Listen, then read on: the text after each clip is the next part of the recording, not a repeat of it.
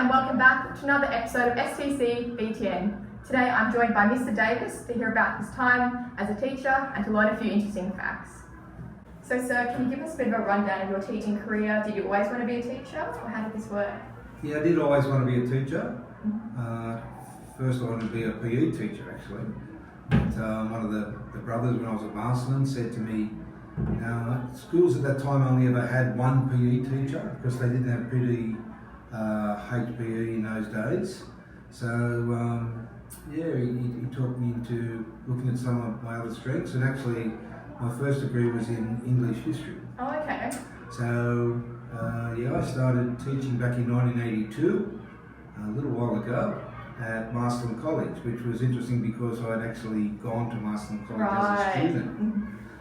So I taught there for 12 years. Now I taught mainly English, then history, but I also always taught religion all the way through my teaching as well. Because I was a practicing Catholic and I knew a fair bit about the topic. And in the course of all that I also got some religious qualifications. Okay. So 12 years at Marsland was my first stint. Yep. And then I went to what was then called Marist High School, Pagewood. And my time there, I changed the name to Marist College at Pagewood, and I was there for 7 years. Okay. After that, by that time I had done a Masters in Religious Education, and I applied for a job at Waverley College, and had a fancy title as Deputy Headmaster Religious Programs. Right. So I managed to get that position. I wasn't confident I'd get it, but I managed to get that position, and I was there for 18 years. 18 years. So I've been very lucky that I've always been close to work in terms of where I live, and I pretty much tell people I was just touring the eastern suburbs, going from boys' school to boys' school. But I ended up finishing up at Waverley College at the end of 2018, and had a little bit of time off, and during that time I also did some casual teaching. And I managed to stumble across a position here at St Clair's because Mr Mountis took long service leave. Having already done some substitute teaching at Alsham, Kensington, where for the first time in my life I walked into a classroom and taught all girls and walked out of that classroom alive, I figured that maybe I could teach girls. And then I had that stint at St Clair's and thought, you know what, I actually like teaching girls.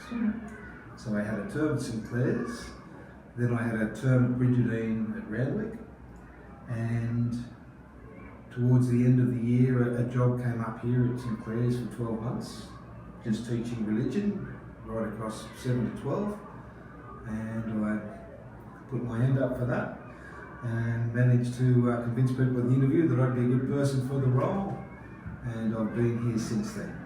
And do you just teach religion now? Yes, I just teach religion. The last few years I've just taught religion right across the board, as well as studies of religion in the senior years, and studies in Catholic thought last year as well. Oh, very nice. You've been around quite a range of schools. I have been around a range of schools. It's interesting, each school has its own characteristics, has its own special feel. So. And how did you find moving from the boys to the girls' school? Big difference? Big difference. I find girls are a little bit more studious than the boys. A little bit more disciplined.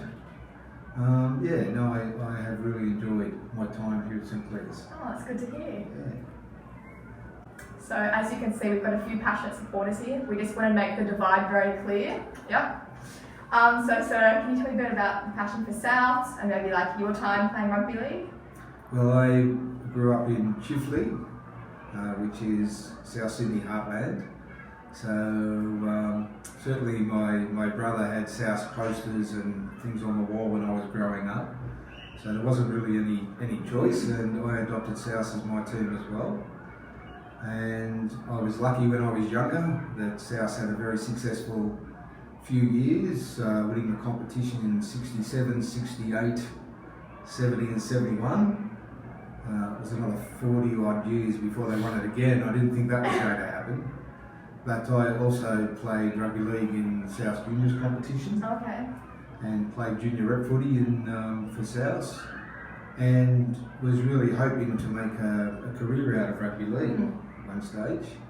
But I had a few unfortunate episodes of concussion, and it was a matter of really making a common sense decision at that stage. If I wanted to be a teacher, I really had to understand that if I kept getting my head knocked about, that wasn't going to be a good idea.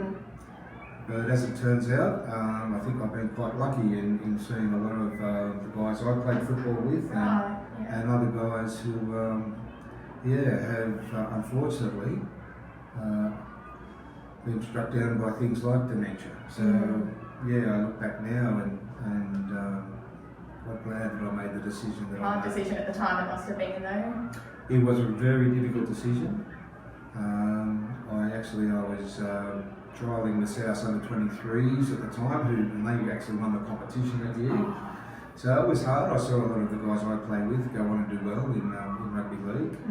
But then I did a lot of coaching. I started really taking coaching seriously.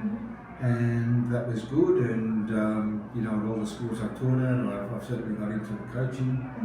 And when I was at Waverley, it was rugby union, so something different. Something a little bit different, but that was good because I really enjoyed coaching the rugby sevens here at St Clair's last year. So it was nice to have a bit of an idea about rugby as well, so I could certainly throw myself into that role.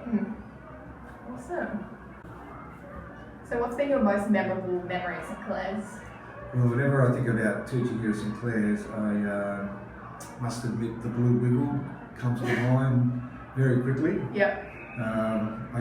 did really enjoy being Anthony Wiggle, and just seeing how the girls got into the whole talent quest thing. The one thing I really enjoy about here at St Clair's is the girls the school knows how to celebrate. The school knows how to have a good time. The girls really embrace everything that's offered to them here. So there's a really good level of enthusiasm, and I think an expectation that if it's offered, we're going to give it a go. So I did enjoy being the blue wiggle. That was you did it well. That was terrific. Oh, thank you. So did you have any interesting facts or anything you'd like to share? I guess one of the things that's interesting about the family is that out of 4 children, 3 of them are teachers. Well, okay. So my daughter, who's married to Mr. McCoy, she's a secondary teacher, teaching at St Spiridon, and my 2 youngest sons are primary school teachers. Really? Okay. One teaching currently at St Therese and one at St Mary St Joseph's Mirrabah Beach.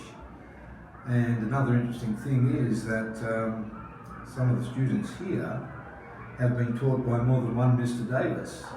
When they were in primary school. So when they were in primary school, they had a Mr. Davis as well. My eldest boy, he did landscaping, and he's also an arborist, but he actually works in the mines in Western Australia. Okay. So he was the one that didn't quite follow the teaching path. But runs in the family a bit there. Runs in the family. My wife was actually the PA to the headmaster at Marsland for quite a number of years. Oh wow, okay. So she also was involved in school. So interesting. Yeah, that's been something that's been very common to us all. Thanks so much for watching this episode of STC BTN, and thank you so much, Mr. Davis. It's been really enjoyable having you here. Thank you for having me. Bye.